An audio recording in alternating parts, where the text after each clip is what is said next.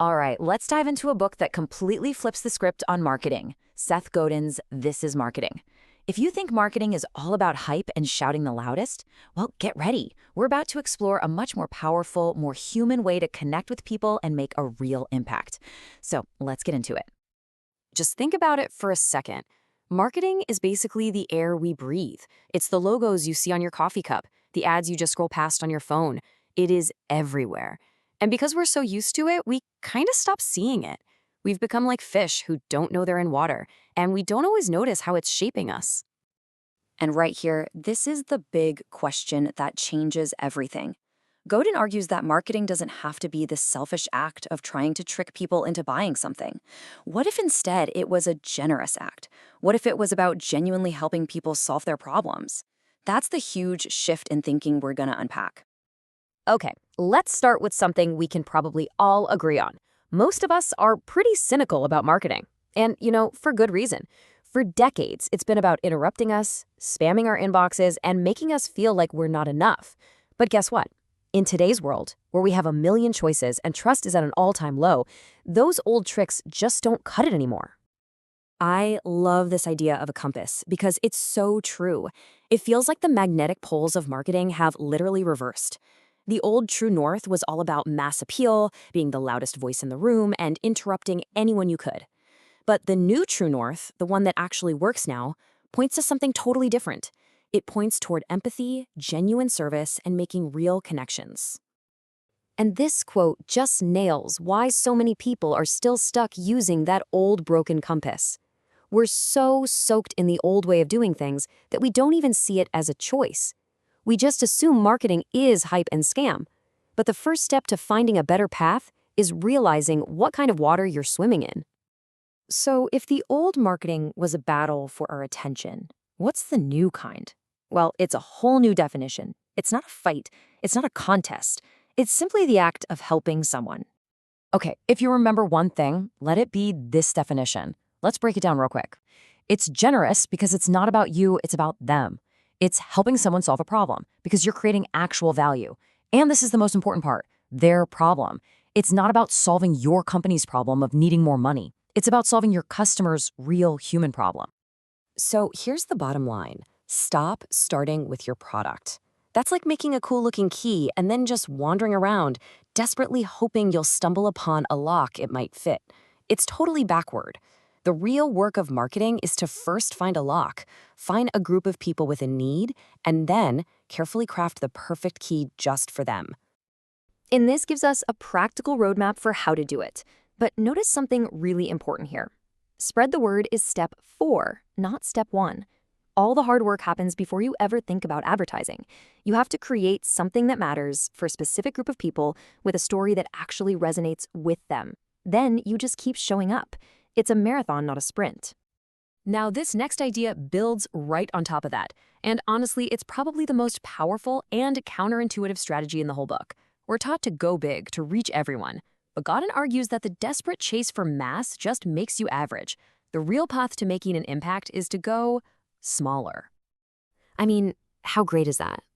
It really is a kind of arrogance or hubris to think your work is for everyone. And honestly, it's a cop-out. When you say it's for everyone, you're not really responsible for delighting anyone. But the moment you decide who it's for, everything gets clearer. What you should build, what you should say, it all snaps into focus. Godin has this awesome metaphor to explain this. Imagine you've got this amazing dye that can turn water permanently purple. If you take a little drop of it and dump it into the middle of the ocean, what happens? Absolutely nothing. Your impact is so diluted that it's completely invisible. That, my friends, is mass marketing. But what if you take that very same drop of purple dye and put it into a swimming pool? The entire pool changes color. Your impact is undeniable. That swimming pool, that is your smallest viable market. It's a focused group where your idea can create a profound, visible change. And once you've turned one pool purple, it's a lot easier to find the next one. So how do you find that swimming pool? You have to stop thinking about demographics. That's the old, lazy way. Oh, we're targeting women aged 25 to 35. It's meaningless. Instead, you have to focus on psychographics. What do these people believe? What are their hopes and dreams? What stories do they tell themselves? people who share a worldview, that's your real market. And this is exactly why it's so powerful. When you focus on your smallest viable market, you can afford to care more. You can tailor everything you do just for them. You can solve their specific problems so perfectly that they don't just become your customers. They become your biggest fans. They're the ones who will go out and tell everyone at the next swimming pool all about you. Okay, so you've found your market. The next logical step is to offer them something better, right? But this is a huge trap. So many of us assume better means faster or cheaper or with more bells and whistles. But as we're about to see, better is not up to you at all. This is such a classic marketing lesson, but it's worth repeating. Nobody wakes up in the morning thinking, gee, I really want to buy a 1/4-inch drill bit today. No, they want a 1/4-inch hole. Actually, scratch that. They want the shelf that the hole will let them hang. And really, they want the feeling of satisfaction they'll get from having a tidy room, and maybe the respect from their partner for getting the job done. They aren't buying a tool, they're buying a feeling. And that's the absolute core of it. Your product, your service, it's just a vehicle for an emotion. Maybe it's connection, or a feeling of status, or peace of mind. Your job as a marketer isn't to sell the features of the vehicle, it's to understand the destination your customer is trying to reach and show them how you can take them there. So, how do you communicate what your unique version of better even is? In a noisy world, one of the most generous things you can do is help people understand where you fit. This simple XY grid is a great tool for that. You just pick 2 things that your market cares about. Let's say it's price and speed. You can instantly map out all the other options and, more importantly, see where the empty spaces are. And the best part is you don't have to compete on price and speed. The possibilities are endless.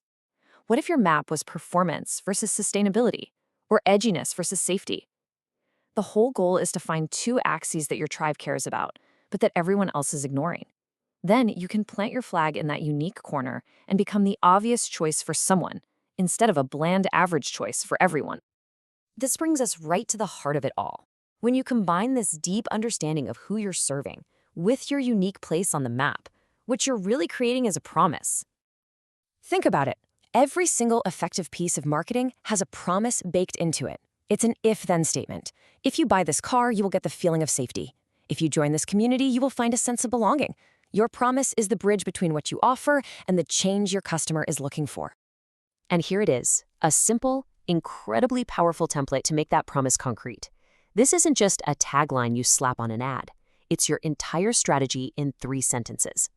The first sentence identifies your tribe by what they believe. The second zooms in on what they want. And the third is your clear, generous commitment to the feeling, the outcome they'll get. This is the foundation for marketing you can actually be proud of. And so we end up right back at the beginning, but with a whole new perspective. Marketing isn't about shouting or hype. It's not about you at all. It's a choice. It's a choice about who you want to help, what change you seek to make, and what promise you are willing to stand behind. It's an act of service. So the only real question left to ask is, who will you choose to serve?